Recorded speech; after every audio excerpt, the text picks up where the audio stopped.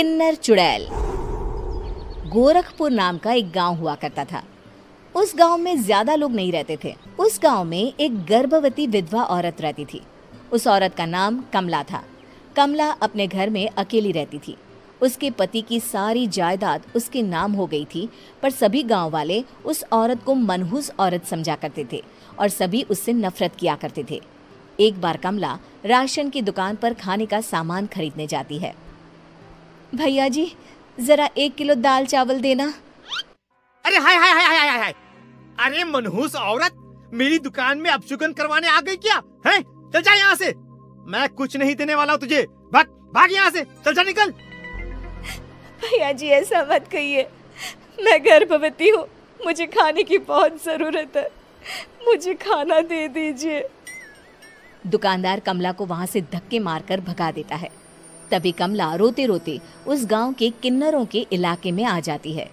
गांव वाले किन्नरों को उसी इलाके में रखा करते थे, क्योंकि वो लोग किन्नरों को पसंद नहीं करते थे और उनके इलाके में रहने से मना करते थे।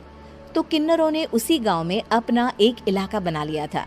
जब किन्नर लोग देखते हैं कि एक गर्भवती महिला रोते रोते उनके इलाके में आ गई है, तो सारे किन्नर कमला के पास जाकर उसका हाल पूछने लगते हैं। क्या हुआ बहन, तुम्हारी गर्भवती अवस्था में इतनी बुरी हालत कैसे? तुम रो क्यों रही हो?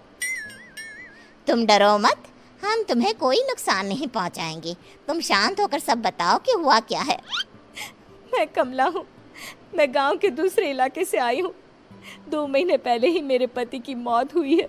मुझे गांव के लोग मनहूस मानते हैं, क्योंकि मैं विधवा हूँ और गर्भवती भी। वहाँ के लोग मुझे खाने के लिए कुछ बेचने के लिए भी तैयार नहीं, जिससे मेरा गुजारा नहीं हो रहा था। कोई बात नहीं कमला, हम तुम्हारा ख्याल रखेंगे। किन्नर लोग कमला को एक खाली घर में रहने के लिए जगह दे देते हैं और उसकी देखभाल भी करते हैं। कुछ ही महीने बाद कमला अपने बच्चे को जन्म देती है, पर अफसोस, कमला बच्चे को जन्म देते ही अपनी जान गंवा देती है।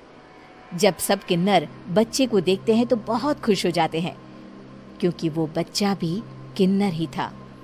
कमला ने एक किन्नर बच्चे को जन्म दिया था। अब इस बच्चे की देखभाल कौन करेगा? हम तो इस बच्चे को गांव के दूसरे इलाके में भी नहीं भेज सकते। और तो क्या हुआ, इस बच्चे की माँ नहीं रही तो हम इसे पालेंगे।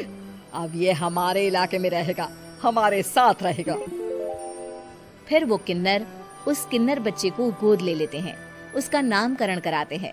उस किन्नर बच्चे का नाम शक्ति रखा जाता है। देखते ही देखते शक्ति